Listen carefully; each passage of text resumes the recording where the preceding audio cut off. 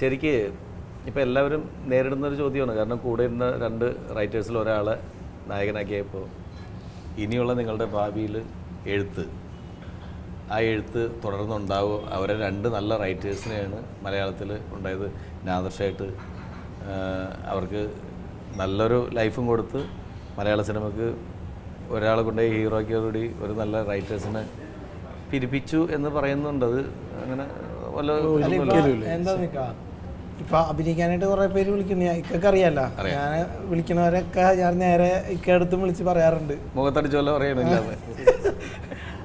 അപ്പോൾ ഞങ്ങളിപ്പോൾ ഓൾറെഡി എഴുതാനായിട്ട് കമ്മിറ്റ്മെൻ്റ് ഉള്ളത് കൊണ്ട് ഇപ്പോൾ ആദ്യം ചെയ്യാൻ പോണ പരിപാടി എന്ന് പറഞ്ഞാൽ ആ സ്ക്രിപ്റ്റ് എഴുതാൻ വേണ്ടിയിട്ട് ഇരിക്കാൻ വേണ്ടി പോവാണ് ഇപ്പോൾ. അതെ, സ്ക്രിപ്റ്റ് എഴുതാൻ വേണ്ടി. അത് കഴിഞ്ഞിട്ട് നമ്മൾ അടുത്ത പടത്തിന് വേണ്ടി വീണ്ടും ഇരുന്ന് സ്ക്രിപ്റ്റ് എഴുതേണ്ടി വരും. വീണ്ടും നമ്മൾ ഒരുമിച്ച്. അതെ, ദൈവം അനുഗ്രഹിച്ചാൽ ഏറ്റവും ഉടനെ തന്നെ അതും നടക്കും. അത് നടക്കും. നിങ്ങളിപ്പോൾ ആദ്യത്തെ മറ്റത് പെട്ടെന്ന് എഴുതി തീർക്കുക, എന്നിട്ട് നമുക്ക് ഇത് വിശദമായിട്ട് എഴുതാൻ വേണ്ടി വാ. അല്ലെങ്കിൽ നമ്മൾ ആദ്യം അമർ അക്ബർ അന്തോണി നമ്മൾ ആദ്യമായിട്ട് ഇക്കയും ആദ്യമായിട്ട് നമ്മൾ ഒരുമിച്ച് ചെയ്യുന്നു. നമ്മൾ ഭയങ്കര പ്രാർത്ഥനയും ടെൻഷനൊക്കെ ആയിട്ട് സംഭവം ചെയ്ത് പടം 101 ദിവസം ഓടി, വൻ വിജയം. പിന്നെ നമ്മൾ കുറച്ച് നാളൊരു അനിശ്ചിതാവസ്ഥയായിരുന്നു, ഇക്കയാണെങ്കിലും ഞങ്ങളാണെങ്കിലും. അതിനുശേഷം നമുക്ക് സ്ക്രിപ്റ്റും എല്ലാം റെഡിയായി വന്ന് ഇക്കയും പറഞ്ഞ് നമുക്കിത് ചെയ്യാടാന്ന് പറഞ്ഞ് ഇത് ചെയ്യുന്നു. അപ്പോൾ ഇതും നമ്മൾ ഭയങ്കര റിസ്ക് എടുക്കില്ലായിരുന്നു. അതിനും നമുക്ക് ലാസ്റ്റ് ടൈം ആയപ്പോൾ ടെൻഷനായിരുന്നു, ഇനി നന്നാവോ, ഇറങ്ങിക്കഴിയുമ്പോൾ ആളുകൾ സ്വീകരിക്കുമോ. ഒരു സിനിമ ഇറങ്ങാൻ അത് കഴിഞ്ഞിട്ട് ആ സമയത്താണ് നോട്ടിൻ്റെ ഇഷ്യൂ വന്നത്. അതിൻ്റെ ടെൻഷൻ വേറെ. അതുമൊക്കെ കഴിഞ്ഞ് ഇതേ നമ്മുടെ സിനിമ ജനങ്ങൾ അംഗീകരിച്ചു, ദൈവം അനുഗ്രഹിച്ച് വൻ വിജയമായിട്ട് പോയിക്കൊണ്ടിരിക്കുകയാണ്. ഇനി നമ്മൾ എന്ത് ചെയ്യും? അടുത്ത പരിപാടി അല്ല, അടുത്ത പരിപാടി എന്ന് പറയുന്നത് എന്താ, ഇതേ ജോണറിലുള്ള സിനിമകൾ ചെയ്യാതിരിക്കുക. അത് വേറെ ജോണറിലുള്ള, അതായത് പക്ഷെ തമാശകൾ ഒരുപാട് എക്സ്പെക്റ്റ് ചെയ്യും ഈ ടീമിൽ നിന്ന്. ഇപ്പോൾ ബിബിൻ ജോർജും വിഷ്ണു ഉണ്ണികൃഷ്ണനും എഴുതുന്ന സ്ക്രിപ്റ്റ് നാദർഷ എന്ന് പറയുന്ന ഒരാൾ ഡയറക്റ്റ് ചെയ്യുമ്പോൾ അതിൽ പ്രതീക്ഷിക്കുന്നത്, സാധാരണ ഓഡിയൻസ് സിനിമ കാണാൻ വരുമ്പോൾ അവർ പ്രതീക്ഷിക്കുന്നത് ഒരുപാട് തമാശകളും അത്യാവശ്യം കാമ്പും കഴമ്പും ഉള്ള വിത്ത് ഫാമിലി. ഇനി ഈ 2 സിനിമകളിലും നമ്മൾ മറ്റുള്ള കുരുത്തക്കേടുകളൊന്നും ചിന്തിക്കാത്തതുകൊണ്ടും എഴുതാത്തതുകൊണ്ടും പറയാത്തതിൻ്റെ പേരിൽ ഫാമിലിയൊക്കെ ധൈര്യമായിട്ട് വന്ന് കയറുന്ന സിനിമയായിരിക്കും. അപ്പോൾ അവരെ നിരാശപ്പെടുത്താത്ത തരത്തിലുള്ള നല്ല സിനിമകൾ ചെയ്യുക എന്ന് പറയുന്നതാണ് ജോലി. അത് ഒരു ബാധ്യതയാണ്, അത്തരത്തിലുള്ള സിനിമകൾ ഉണ്ടാക്കുക. കാരണം ഇനി ചെയ്യുന്ന സിനിമകൾക്ക് എന്താണെങ്കിലും അവർ പറയും മറ്റേ സിനിമയില്ലേ ഇതായിട്ടാണ് കമ്പയർ ചെയ്യുള്ളൂ. ഈ 2 സിനിമകളായിട്ട് നിങ്ങളുടെ മറ്റേ സിനിമ അതിൻ്റെ നന്നായാൽ പറയും അതിനേക്കാൾ ഉഗ്രനായിരുന്നു കേട്ടോ എന്ന് പറയും, മോശമായ പറയും അത് ഇത്ര നന്നായില്ല. അത് ഉറപ്പാണ്. അപ്പോൾ ഈ ചെയ്ത 2 സിനിമകളും ആണ് ഇനിയുള്ള ചെയ്യാൻ പോകുന്ന സിനിമകളിലെ വില്ലൻ. നമുക്കിതങ്ങ് മറന്നേക്കാം. അമർ മറന്ന പോലെ ഇത് എഴുതുന്ന സമയത്ത് അതെല്ലാം ഇട്ട് നമ്മൾ ആദ്യം വന്ന വഴി മറക്കാതിരുന്നാൽ മതി, ബാക്കിയെല്ലാം വന്ന വഴി മറക്കൂല. അതിൽ ഞങ്ങൾ എഴുതാനിരുന്ന സമയത്ത് ഇത് ഭയങ്കര നമുക്ക് അമറിലെ സീനുകൾ ഇങ്ങനെ വന്നോണ്ടിരിക്കും. ഏറ്റവും വലിയ ബുദ്ധിമുട്ടായിരുന്നു. അതെ, രാജുചേട്ടനെ വിളിച്ചു ഞങ്ങള്. പൃഥ്വിരാജേട്ടന് പുള്ളി ആദ്യം പറഞ്ഞ് ആദ്യം നിങ്ങൾ അമർ അക്ബർ അന്തോണി എന്നുള്ള സാധനം എടുത്ത് തലേന്ന് കളാം, എന്നിട്ട് നിങ്ങൾ പുതിയതായിട്ട് എഴുതാൻ തുടങ്ങിക്കോളാം. പുള്ളി ഒരു കോൺഫിഡൻസ് എന്നതാണ്. നിങ്ങൾ അതേപോലെ ആവണമെന്ന് വിചാരിക്കുകയേ വേണ്ട. അതുകൊണ്ടാണ് നിങ്ങൾക്ക് ഇത്ര ടെൻഷൻ വന്നത്.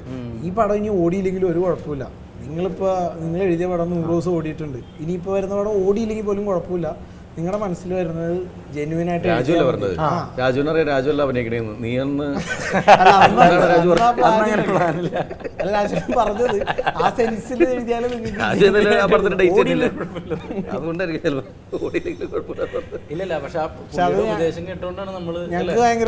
കോൺഫിഡൻസ്. ഞാൻ പൃഥ്വിരാജ് എന്ന് പറയുന്ന നടനെ കുറിച്ചിട്ട്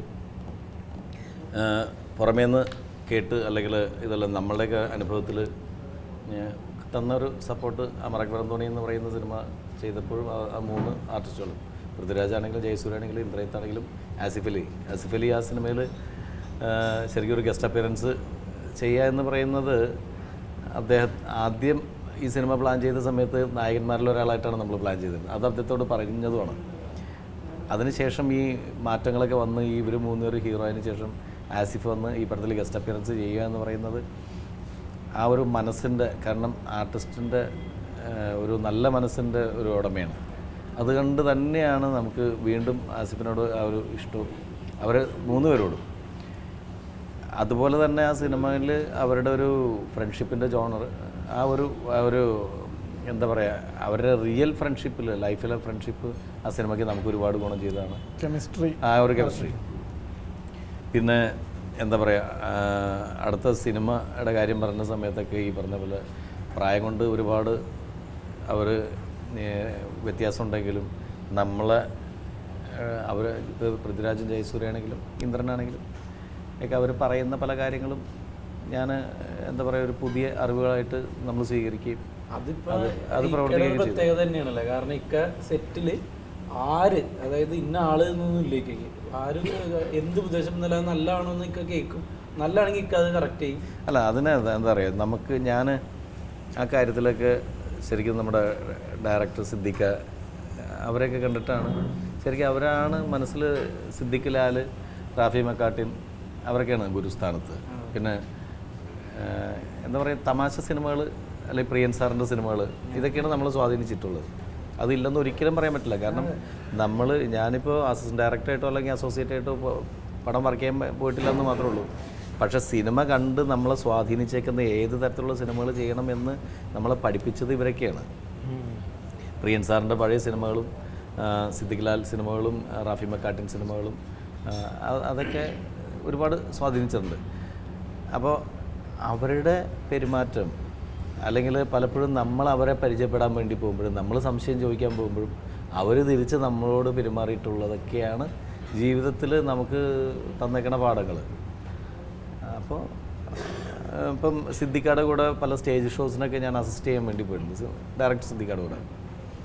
അപ്പം ഞാൻ എന്തെങ്കിലും ഈ പറഞ്ഞ പോലെ എന്തെങ്കിലുമൊക്കെ കാര്യമായിട്ട് ചിലപ്പോൾ മണ്ടത്തരമായിരിക്കും, ചിലപ്പോൾ ഒരു കാര്യമില്ലാത്ത കാര്യമായിരിക്കും, ചെന്ന് ചോദിക്കുമ്പോൾ അദ്ദേഹം പറഞ്ഞു തരുന്ന ആ ഒരു ക്ഷമയോടുകൂടി അത് പറഞ്ഞു തരുന്ന അതൊക്കെ ഞാൻ പറയാറുണ്ട് പലപ്പോഴും, പല ഇൻ്റർവ്യൂസിലും പറഞ്ഞിട്ടുണ്ട്. അദ്ദേഹത്തിൻ്റെയൊക്കെ സ്വഭാവത്തിൻ്റെ 10% എനിക്കൊക്കെ കിട്ടിയാൽ ഞാനൊക്കെ 100% നന്നാവും എന്നുള്ളത്. കാരണം അത്രയും ജെന്യൂനാണ് ആ മനുഷ്യനൊക്കെ. അപ്പോൾ അതൊക്കെ കണ്ടിട്ട് ചിലപ്പോൾ നമുക്കൊക്കെ പെട്ടെന്ന് അങ്ങനെയൊന്നും ഒരിക്കലും ശരിക്കും സിദ്ദിഖാടെയൊക്കെ ക്യാരക്ടറൊന്നും നമുക്ക് പറ്റില്ല. കാരണം സിദ്ദിഖായൊന്നും ഒരിക്കലും ചൂടായിട്ടേ ഞാൻ കണ്ടിട്ടില്ല. ഞാനൊക്കെ ചൂടായി തന്നെ നീ കണ്ടിട്ടുള്ളൂ അല്ലേ? പ്രത്യേകിച്ച് അതെ, എന്തെങ്കിലുമൊക്കെ കാര്യത്തിന് നമ്മൾ ഈ പറഞ്ഞ പോലെ ചെറിയ കാര്യത്തിന് എപ്പോഴും കൂളാണ്. പക്ഷേ ചില കാര്യങ്ങൾക്ക് മനുഷ്യൻ അതിൻ്റെ പേരിൽ ചില കാര്യത്തിൽ ഞാൻ നന്നായിട്ട് റിയാക്ട് ചെയ്യുകയും ചെയ്യും. അല്ല, അത് പക്ഷേ കാര്യത്തിന് മാത്രമേ തണുക്കുകയും ചെയ്യും. അല്ല, കാര്യത്തിന് ചൂടാവുന്ന ആളാണ്. കാര്യം വന്നാൽ ചിലപ്പോൾ പൊട്ടിത്തെറിക്കുകയും ചെയ്യും, ചൂടാവുകയും ചെയ്യും, ചിലപ്പോൾ അടിക്കേണ്ട തലോണി അടിക്കുകയും ചെയ്യും. അപ്പോൾ അത് നമ്മൾ ശീലിച്ചേക്കുന്നത്, നമ്മൾ വളർന്നേക്കുന്ന സാഹചര്യമാണ്. അത് എല്ലാവരെയും പോലെ പെട്ടെന്ന് അദ്ദേഹം ഇപ്പം നമ്മുടെ ഗുരുസ്ഥാനത്തുള്ളവരുടെയൊക്കെ ക്ഷമയൊക്കെ കണ്ട് അതുപോലെയൊക്കെ ചിലപ്പോൾ നമുക്ക് ക്ഷമിക്കാൻ പറ്റിയെന്നില്ല. അതിപ്പം പക്ഷേ എന്താ കാര്യം എന്ന് വെച്ചിട്ടുണ്ടെങ്കിൽ ഈ ന്യൂ ജനറേഷനിലുള്ള ഡയറക്ടേഴ്സ് ആണെങ്കിലും അവരുടെ ടെക്നിക്കൽ സൈഡിലുള്ള പിള്ളേരാണെങ്കിലും അവരുടെ സിനിമകളൊക്കെ നമ്മൾ കണ്ടിട്ട് ആ സിനിമകളൊക്കെ ഒത്തിരി പാഠങ്ങൾ തന്നിട്ടുണ്ട്. അല്ലെങ്കിൽ പഴയ ഡയറക്ടേഴ്സ് ഇപ്പം ഞാൻ പറഞ്ഞില്ലേ, നമ്മുടെ ഗുരുസ്ഥാനത്തുള്ളവർ അവരുടെ സിനിമകൾ പോലെ തന്നെ പുതിയ ഇപ്പം നമ്മളുടെ ഇവൻ്റെ അൻവർ റഷീദും ആഷിഖ് അബു, പിന്നെ അൽഫോൺസ് പുത്രൻ, പിന്നെ നമ്മുടെ മഹേഷിൻ്റെ പ്രതികാരം ചെയ്ത ദിലീഷ് പോത്തൻ, ഇവരുടെയൊക്കെ സിനിമകൾ ഒക്കെ നമുക്ക് ഇപ്പോഴത്തെ ജനറേഷനിൽ പുതിയ സിനിമകൾ അല്ലെങ്കിൽ മേക്കിങ്ങിലാണെങ്കിലും ഡയലോഗ് പ്രസൻറ്റേഷനിലാണെങ്കിലും സീൻ ക്രിയേറ്റ് ചെയ്യുമ്പോഴും അവരുടെയൊക്കെ സിനിമകൾ പഠിച്ചിട്ടുണ്ട്, കണ്ട് അത് ആ സിനിമകൾ കണ്ട് അത് ഒബ്സർവ് ചെയ്തിട്ട് തന്നെയാണ് നമ്മൾ ഈ സിനിമകൾ. ഞാൻ അതിന് ഒരിക്കലും ഒരു മടി വിചാരിക്കില്ല. അവരൊക്കെ സിനിമകൾ ഒബ്സർവേഷനിൽ ഉള്ളതാണ്. അതൊക്കെ ചെയ്ത് കണ്ടിട്ട് തന്നെയാണ് നമ്മളുടെ ഇപ്പോൾ മേക്ക് ചെയ്തുകൊണ്ടിരിക്കുന്നത്. എനിക്കാണ് ഈ സിനിമ കഴിഞ്ഞിട്ട് പ്രിയൻ സാർ വിളിച്ചിട്ടുണ്ടായിരുന്നില്ല. പ്രിയൻ സാർ വിളിച്ചിട്ട് അതൊരു ഹോണേഡ് ആയിട്ടൊരു കാര്യം പറഞ്ഞില്ലേ, അത് പ്രേക്ഷകർക്ക് വേണ്ടിയിട്ട് ഒന്ന് പറയും. അത് സാറ് പറഞ്ഞ, എടാ നീ നിൻ്റെ സിനിമകളിൽ ചെയ്ത് വെച്ചിരുന്ന തമാശകൾ ക്രിയേറ്റ് ചെയ്തിരിക്കുന്നത് അത് എല്ലാവരും വിളിച്ചിട്ട് എൻ്റെ അടുത്ത് ഭയങ്കരമായിട്ട് അത് പറയുന്നുണ്ട്. ഞാൻ ആ സിനിമ എനിക്ക് കാണാൻ പറ്റിയിട്ടില്ല എന്നുള്ള അന്ന് സാർ വിളിച്ച് പറഞ്ഞ സമയത്ത് കണ്ടിട്ടുണ്ടായില്ല. സാർ ഇപ്പോൾ കണ്ടിട്ടുണ്ടോയെന്ന് എനിക്കറിയില്ല. ഇപ്പോൾ ക്രിസ്മസ് ന്യൂ ഇയർ സമയത്ത് തന്നെ ഏറ്റവും കൂടുതൽ സ്റ്റേജ് ഷോസൊക്കെ ഉള്ളത് മിമിക്രി എന്ന് പറഞ്ഞ കലാകാരന്മാരാണ് നിങ്ങൾ. ഞാനും എല്ലാം. എനിക്കൊക്കെ സ്റ്റേജിൽ പോയിട്ട് ഒരുപാട് അബദ്ധങ്ങൾ പറ്റിയിട്ടുണ്ടെന്ന് വെച്ചാൽ ഒരുപാട് അബദ്ധങ്ങൾ പറ്റിയിട്ടുണ്ട്. നിങ്ങൾ പുതിയ കക്ഷികളാണ്, പുതിയ ജനറേഷൻ്റെ അബദ്ധങ്ങൾ എന്തെങ്കിലുമൊക്കെ ഉണ്ടെങ്കിൽ ഇല്ല, ഞങ്ങൾക്ക് യാതൊരു പരിപാടി കേൾക്കാറില്ല എന്നുള്ളൊരു കുഴപ്പം മാത്രമേ ഉള്ളൂ. അങ്ങനെയല്ല, കാര്യമായിട്ട് എന്തെങ്കിലും ഒരു തമാശ ഓർത്തിരിക്കുന്ന തമാശ. സാധാരണ എല്ലാ ഇൻ്റർവ്യൂവിലും എന്നോടത്ത് ചോദിച്ചിട്ടുള്ള നിങ്ങളുടെ സ്റ്റേജ് ഷോസിന് ഏറ്റവും ഓർത്തിരിക്കുന്ന എന്തെങ്കിലും തമാശ, അതുപോലെ നിങ്ങളുടെ ലൈഫിൽ എനിക്ക് അങ്ങനെ പെട്ടെന്ന് കിട്ടില്ല. തമാശ ഒന്നുമില്ല, കാര്യമാണല്ലോ. കമ്മിറ്റിക്കാര് വലിയ കേസ് മാത്രമേ ഉള്ളൂ. സീരിയസ് ആവാറാണ് പതിവ്. ഇല്ല, ഞങ്ങളങ്ങനെ പ്രൊഫഷണൽ പ്രോഗ്രാമായിട്ട് ഒരുപാടൊന്നും പോയിട്ടില്ല. അല്ല, നിങ്ങൾ കയറിയിട്ട് പാട്ട് പാടാറുണ്ട്. ഇപ്പം നമ്മുടെ അതാണ് എനിക്ക് ടെൻഷൻ. നമ്മൾ പാടാറുണ്ടല്ലോ സ്റ്റേജിൽ, എന്തായാലും പ്രശ്നമൊന്നും കയറി സ്റ്റേജിൽ പാട്ട് പാടാറുണ്ട്. അപ്പോൾ അങ്ങനെ പാടി ഇപ്പോൾ കിട്ടിയേക്കുന്ന ഏതെങ്കിലും തമാശകളാണെങ്കിലും അത് കുഴപ്പമില്ല. ഈ ഞാനൊക്കെ ഒരു ഓണത്തിന് പോയപ്പോൾ, ഓണത്തിന് കൂനമ്മാവ് സാക്സ് ഓർക്കസ്ട്ര എന്ന് പറഞ്ഞ ഓർക്കസ്ട്രയുടെ കൂടെ ഗാനങ്ങൾക്ക് പോയപ്പോൾ പണ്ട് വണ്ടി പോയിട്ട് ഒരു സ്ഥലത്ത് ഇടിച്ചിട്ട് വണ്ടി ആക്സിഡൻ്റായിട്ട് ഡ്രംസ്, അപ്പോൾ കോങ്കോ ഡ്രമ്മൊക്കെ ആകെ തന്നെ ചെറിയൊരു ടെമ്പോയിലല്ലേ പോകുന്നത്. ആ ടെമ്പോയുടെ അകത്തിരുന്ന് ഇപ്പോൾ കോങ്കോ ഡ്രംസിൻ്റെ ഇടയിലാണ് ഞാനിരിക്കുന്നത്. അതിൻ്റെ ഇതൊരു ആണിയില്ലേ, അതിൻ്റെ സൈഡിലുള്ള അത് വന്നിട്ട് കാലിൽ തുളച്ച് കയറി അതിൻ്റെ സ്ക്രൂ, ആ സ്ക്രൂ. അതൊക്കെ നല്ല രസകരമായിട്ടുള്ള രസകരമായിട്ടുള്ള ഓർമ്മകൾ പെട്ട സംഭവമാണ്. പിന്നെ പണ്ട് മിമിക്രിക്ക് പോയ സമയത്ത് ഞങ്ങൾക്ക് ചെമ്മാട് ഒരു പ്രോഗ്രാമാണ്. ഇപ്പോൾ അവിടുത്തെ ആൾക്കാർക്ക് ഇപ്പോഴും ഓർമ്മയുള്ള അത് അവിടെ ഒരു പോലീസ് ക്യാമ്പുണ്ട്. എന്താണ് പോലീസിൻ്റെ ക്യാമ്പ്, അതിൻ്റെ ബാക്കി ഡീറ്റെയിൽസ് ഇപ്പോൾ ഓർമ്മയില്ല. ഇല്ലില്ല, ചെമ്മാട് എന്ന് പറഞ്ഞാൽ നമ്മുടെ മലപ്പുറം. അവിടെ നടത്തിയിരുന്നത് പ്രോഗ്രാം നടന്ന 2 വിഭാഗങ്ങൾ തമ്മിലുള്ള പ്രശ്നത്തിൻ്റെ പേരിൽ മറുവിഭാഗം ആയിട്ടുള്ള, അതെനിക്ക് തോന്നുന്ന 2 രാഷ്ട്രീയ പാർട്ടികളുടെ തമ്മിലുള്ള വൈരാഗ്യമാണ്.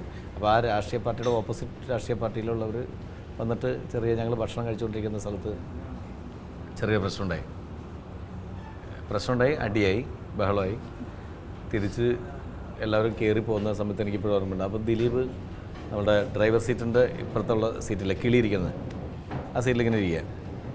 ഒരു ഇഷ്ടിക വന്ന് ഗ്ലാസ് പൊളിച്ച്, അതിനിടയിൽ ദിലീപ് എടാ എൻ്റെ ജുബ്ബ വിടറാ എന്ന് ചോദിച്ചിട്ട് ഇങ്ങനെ ജുബ്ബ മിസ് ഒന്ന് കുനിഞ്ഞ സമയത്ത് കറക്റ്റ് ടൈമിങ്ങിന് ഒരു ഇഷ്ടിക വന്നിട്ട് ഇങ്ങനെ പൊളിച്ച്, ഗ്ലാസ് പൊളിച്ച് ഇവൻ ഇരുന്ന സീറ്റിൻ്റെ നേരെ ഹെഡ് റെസ്റ്റിൻ്റെ അവിടെ വന്ന് ഹെഡ് റെസ്റ്റ് തുളഞ്ഞ്. അത്രയും ഫോഴ്സിലാണ്. കുനിഞ്ഞില്ലെങ്കിൽ മുഖത്ത് കൊണ്ടേനെ, ഇന്ന് ആർട്ടിസ്റ്റ് ഉണ്ടാവില്ലായിരുന്നു. അപ്പോൾ ഇത് ഈ പറഞ്ഞ പോലെ ടൈമിംഗ് അല്ലേ, ദൈവത്തിൻ്റെ ടൈമിംഗ് എന്ന് പറയുന്ന പോലെ ചില ടൈമിംഗ് എല്ലാ കാര്യത്തിലും ഉണ്ട്.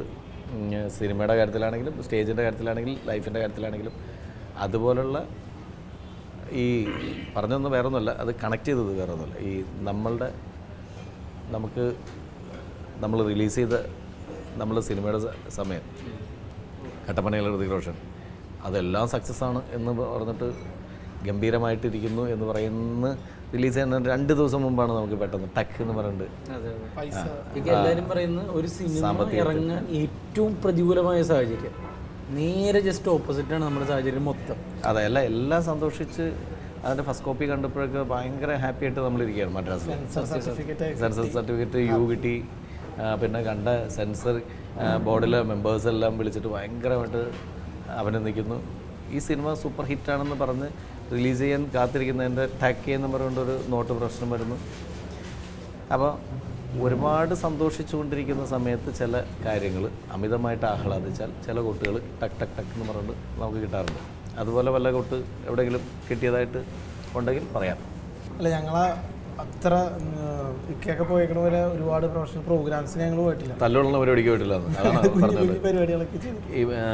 പിന്നെ നമ്മുടെ പടത്തിൽ പാട്ടുകൾക്ക് ഭയങ്കര അഭിപ്രായം കിട്ടിയതും ഗാനവളക്കാർ നമ്മുടെ 3 പാട്ടും എടുത്ത് വെച്ചാക്കിക്കൊണ്ടിരിക്കുകയാണ്. ശരിക്കും എനിക്ക് ഡൗട്ടുള്ളത്, ഇക്ക ശരിക്കും ഈ ഗാനവിളക്ക് പാടാൻ വേണ്ടിയിട്ടാണോ സിനിമ ഡയറക്റ്റ് ചെയ്യണവരെയെന്ന് എനിക്കൊരു ഡൗട്ട് ഇപ്പം ഉണ്ട്. കാരണം നമ്മുടെ 2 പടമാണെങ്കിലും ഇക്ക തന്നെയാണ് മ്യൂസിക് ഡയറക്ടർ. ഇക്ക തന്നെ 2 പടത്തിലെയും ഇക്കൊക്കെ പാട്ട് സ്റ്റേജിൽ പാടാൻ വേണ്ടി നിങ്ങൾ ഈ സിനിമയ്ക്ക് ആവശ്യമുള്ള പാട്ട് ചെയ്യുന്നതിൻ്റെ കൂട്ടത്തിൽ തന്നെ അത് ഗാനവിളക്ക് കൂടി നമുക്ക് ആവശ്യമുള്ളതാണെന്ന് മനസ്സിൽ കണ്ടിട്ട് തന്നെയാണ് കമ്പോസ് ചെയ്തത്. അതിൻ്റെ പേരിലാണ് അങ്ങനെ സംഭവിച്ചത്. എന്ന് വെച്ചിട്ട് ഈ പാട്ട് നിങ്ങളെടുത്ത് ഗാനങ്ങളൊക്കെ പാടണമെന്നുള്ളത് അതെല്ലാം ഓക്കെയാണ്. പക്ഷെ ഇക്ക കഴിഞ്ഞ തവണ പ്രേമൊന്നാലും എന്താണ് മുന്നേ വെച്ചു, ഞങ്ങളത് പാടി. പക്ഷെ ഈ പ്രാവശ്യം ഇക്ക ബുദ്ധിപരമായിട്ട് ഹൈപ്പിച്ച് അത് ശങ്കർമാധവനെ കൊണ്ട് നിന്നെ ഞങ്ങളത് വിടുവന്ന് നീ പാടുക, ഞങ്ങൾ പാടുന്നുണ്ട്. ഞങ്ങളത് പിച്ച് താഴ്ത്തിയിട്ട് ഇപ്പൊ പാടുന്നുണ്ട്. അതൊന്ന് പാടി. അയ്യോ, അടുത്ത പടത്തിൽ പാടിക്കാൻ പറ്റുമെന്ന് അറിയാൻ വേണ്ടിയാ. ചുമ്മാ ഇരിക്കാം. ഇല്ലടാ ചുമ്മാ പാട്. വിഷ്ണു നീ കൂടി പാടും. ചുമ്മാ പാടാം, എന്തായാലും എഡിറ്റ് ചെയ്ത് കളയൂ. നീയും പാട്. ഇക്ക പാടെങ്കിൽ എന്റെ പാട്ട് കേട്ട് മരവിച്ചെടുക്കുന്നതാണ്. ഒരു നമ്മുടെ കൗമുദിയുടെ പ്രേക്ഷകർക്ക് വേണ്ടിയിട്ട് മിന്ന മിന്നിക്കും കാലം വന്നാല നീലാകാശത്തെ മായാ നക്ഷത്ര കാവിൽ മിന്നാവിട എമ്മച്ചാനേതറപ്പടി കിടതയിലടിക്കിടതി ആസപ്പെട്ടൊരു യോഗമെത്തിയടി. അത് ഈ പിച്ചൊന്നല്ല, ഹൈ പിച്ചാണ്. പക്ഷേ ഇവിടെ ഹൈ പിച്ച് പാടി കഴിഞ്ഞിട്ടുണ്ടെങ്കിൽ നമ്മുടെ നോട്ടുമാല ഭക്ഷണം കഴിക്കാൻ വന്ന ആൾക്കാർ ഇറങ്ങിപ്പോകും. അപ്പോൾ അതിൻ്റെ പേരിൽ അവരെ ബുദ്ധിമുട്ടിക്കണ്ടല്ലോ വിചാരിച്ചാൽ. ഈ കഴിഞ്ഞ ദിവസങ്ങളിൽ നമ്മുടെ ഫേസ്ബുക്കിൽ വന്നൊരു സൗഹൃദത്തിൻ്റെ വിജയം എന്നും പറഞ്ഞിട്ടൊരു പോസ്റ്റ് വന്നു. അതിക്ക ദിലീപേട്ടൻ, വിഷ്ണു, എന്നെയും നമ്മളെ 4 പേരും കൂടി വെച്ചിട്ടായിരുന്നു. അപ്പോൾ ഇതിൽ ഇക്ക ഇപ്പോൾ സലീമേട്ടനെ ഇക്കയുടെ ഏറ്റവും വലിയൊരു ആഗ്രഹങ്ങളല്ല നമ്മളുടെ സലീംകുമാറിൻ്റെ അത് ശരിക്കും സലീംകുമാറിൻ്റെ തിരിച്ചുവരവ് എന്ന് പറയുന്നത് മലയാളത്തിലെ എല്ലാവരും സാധാരണ എല്ലാ മലയാളികളും ആഗ്രഹിച്ച പോലെ തന്നെയല്ലേ. സത്യം. സലീംകുമാറിനെ ഇങ്ങനെയൊക്കെ ഒന്ന് തിരിച്ചു കാണണമെന്ന് നമ്മളുടെ ഒരു ആഗ്രഹം. തിയേറ്ററിലെ കൈയടിയാണെന്ന് നമുക്കറിയാം. അതെ. ആ ഒരു ആഗ്രഹത്തിൻ്റെ സഫലീകരണം എന്ന് തന്നെയാണ് പറയാൻ പറ്റുള്ളൂ. കാരണം സാധാരണ പ്രേക്ഷകന് അത് കിട്ടിക്കഴിഞ്ഞപ്പോൾ സന്തോഷമാണ് ആ സലീംകുമാറിനെ കാണിച്ചപ്പോൾ ഉള്ള കൈയടി.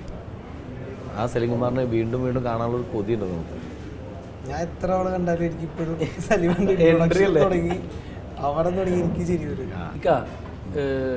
ഇപ്പോൾ നമ്മൾ നിൽക്കുന്ന ഒരു ഫെസ്റ്റിവൽ മൂഡിലാണ്. നമ്മുടെ സിനിമ ഒരു 50 ദിവസമായി. ഇപ്പോൾ ഇനി ക്രിസ്മസിൻ്റെ ആ സെലിബ്രേഷൻ മൂഡിലാണ് നമ്മൾ കാണുന്നത്. ഇക്കയുടെ എന്താണ് ക്രിസ്മസ് അനുഭവങ്ങൾ? എനിക്കെന്താണ് ക്രിസ്മസിന് കുറേ നാളായിട്ട് ക്രിസ്മസിന് പണ്ടൊക്കെ ആണെങ്കിൽ ഷോ ഉണ്ടായിരുന്നു, സ്റ്റേജ് ഷോസ് ഉണ്ടായിരുന്നു. പിന്നെ കുറേ കഴിഞ്ഞപ്പോൾ ഈ പറഞ്ഞ സ്റ്റേജ് ഷോസിൻ്റെ കാര്യങ്ങളൊക്കെ എണ്ണമൊക്കെ ആൾക്കാർ വല്ലപ്പോഴും, കാരണം നമ്മൾ സെലക്ട് ചെയ്യുന്ന ഷോസ് അതുപോലത്തെ ഷോസ് ആയതിൻ്റെ പേരിൽ പലപ്പോഴും കാരണം വെച്ചാൽ പണ്ട് പോയിരുന്ന പോലെ ഇപ്പോൾ കുറച്ചും കൂടി ആൾക്കാരെ എക്സ്പെക്റ്റ് ചെയ്യുന്ന വലിയ ഷോ എക്സ്പെക്റ്റ് ചെയ്യും. അപ്പോൾ അതിൻ്റെ പേരിൽ അങ്ങനെ വാരി വലിച്ച് ഷോസ് ചെയ്യുന്നില്ല. ഇടയ്ക്കിടയ്ക്ക് നല്ല ഷോസിന് വേണ്ടി നമ്മൾ സെലക്ട് ചെയ്ത് പോകുന്നുണ്ട്. അപ്പം അതുപോലെ അതിൻ്റെ പേരിൽ പക്ഷേ ക്രിസ്മസിന് എവിടെയാണ് ക്രിസ്മസിന് പ്രോഗ്രാമൊന്നുമില്ല. പ്രോഗ്രാമല്ല, ഞാൻ നമ്മുടെ സുഹൃത്തുക്കളൊക്കെ ആയിട്ട് ബിബിൻ്റെ വീട്ടിലേക്ക് ചെന്ന് അവിടെ നമ്മൾ അടിച്ചു വിളിക്കുന്നു, കേക്കൊക്കെ കട്ട് ചെയ്ത് ഒരു 10-15 പേരൊക്കെ ആയിട്ട് ഓൾവേസ് വെൽക്കം. അതാണ് ഞാൻ എൻ്റെ ഒരു വിഷ്ണു എന്തൊക്കെയാണ് ക്രിസ്മസ് ആയിട്ട്? ഞാൻ പതിവ് പോലെ തന്നെ ബിബിൻ്റെ വീട്ടിലേക്ക് ബിബിൻ്റെ വീട്ടിലോ വേറെ നമ്മുടെ കൂട്ടത്തിൽ കുറേ പേരുണ്ട് ക്രിസ്മസ് ആഘോഷിക്കണം.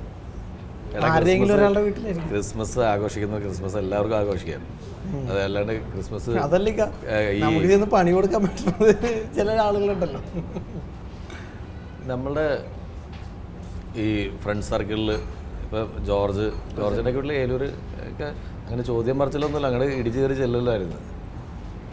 പിന്നെ അങ്ങോട്ടും ഇങ്ങോട്ടൊക്കെ എല്ലാവരും പിരിഞ്ഞതിന് ശേഷമാണ് ഇപ്പോൾ അങ്ങനെ കാണാറില്ല അതുള്ളൂ. പക്ഷേ ഈ ആശംസകളും കാര്യങ്ങളൊക്കെ എല്ലാവരും ഏറ്റവും അടുത്ത സുഹൃത്തുക്കൾ തമ്മിൽ ആശംസകൾ അയക്കാറില്ല എന്നുള്ളതാണ് സത്യം. അതിൻ്റെ ആവശ്യമില്ലല്ലോ. എനിക്ക് ഇപ്പോൾ ജോർജാണെങ്കിലും ദിലീപാണെങ്കിലും ഇവരൊക്കെ ആണെങ്കിൽ സലീംകുമാർ ഞങ്ങൾ തമ്മിൽ അങ്ങോട്ടും ഇങ്ങോട്ടും happy Onam, happy Vishu, happy Christmas, happy Ramzan ഒന്നുമില്ല. അവിടെ ആ മെസ്സേജുകൾക്ക് അങ്ങനെ ഒരു മീഡിയം വേണ്ടല്ലോ. ഹാപ്പി ബർത്ത്ഡേ ഒന്നും അങ്ങനെ ഓർക്കുന്ന സമയത്ത് അവൻ്റെ നാളെ അവൻ്റെ ബർത്ത്ഡേ എന്ന് പറഞ്ഞു കഴിഞ്ഞിട്ടുണ്ടെങ്കിൽ ആ നാളെ എൻ്റെ ബർത്ത്ഡേ അല്ലേ അപ്പോൾ അഡ്വാൻസ് വിഷസ് എന്ന് പറയും. കാരണം നാളെ മറന്നു പോകും. അതേ സംഭവിക്കാറുള്ളൂ. കഴിഞ്ഞ വർഷം ന്യൂ ഇയറിന് ഞങ്ങൾ കൂനമാവില ആ വീട്ടിൽ ഞങ്ങൾ ഡയലോഗ് എഴുതാനിരുന്ന വീട്ടിലിരുന്നിട്ട് ഡിസംബർ 31 അവിടെയായിരുന്നു. ചെന്നിട്ട് 1-ാം തീയതി ഓടിയാണ് ഞങ്ങൾ എഴുതാനിരുന്നത് കഴിഞ്ഞ ന്യൂ ഇയർ. ഈ ന്യൂ ഇയറിന് നമ്മൾ ഒരുമിച്ച് ദുബായിലാണ്. ദുബായിലാണ്. അതെ, ഈ തവണ 30th അവിടെ ഒരു ദുബായിലൊരു ഷോ ഉണ്ട്. അത് TKM എഞ്ചിനീയറിംഗ് കോളേജിൻ്റെ അവരുടെ അലുമിനി. ആ, അപ്പോൾ അത് കാരണം അവിടെയാണ് 30th അവിടെ എൻ്റെ പേരിൽ 31st കൂടി അവിടെ അവരോട് നമ്മൾ കാര്യങ്ങളൊക്കെ കണ്ട് 1-ാം തീയതി അവിടെ ഒരു വേറെ പരിപാടി ഉണ്ടല്ലോ. ആ, അവിടെ പ്രോഗ്രാം ഉണ്ടോ? ഒരു ചെറിയ ഇനോഗ്രേഷൻ പ്രോഗ്രാം. ആ ശരി.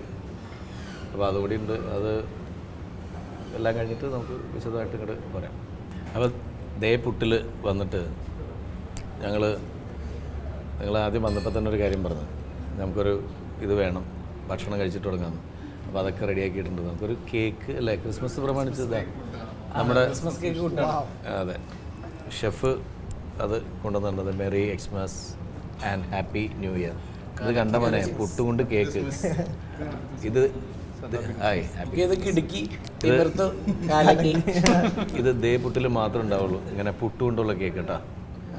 അപ്പോൾ ഇത് കട്ട് ചെയ്യാം നമുക്ക്.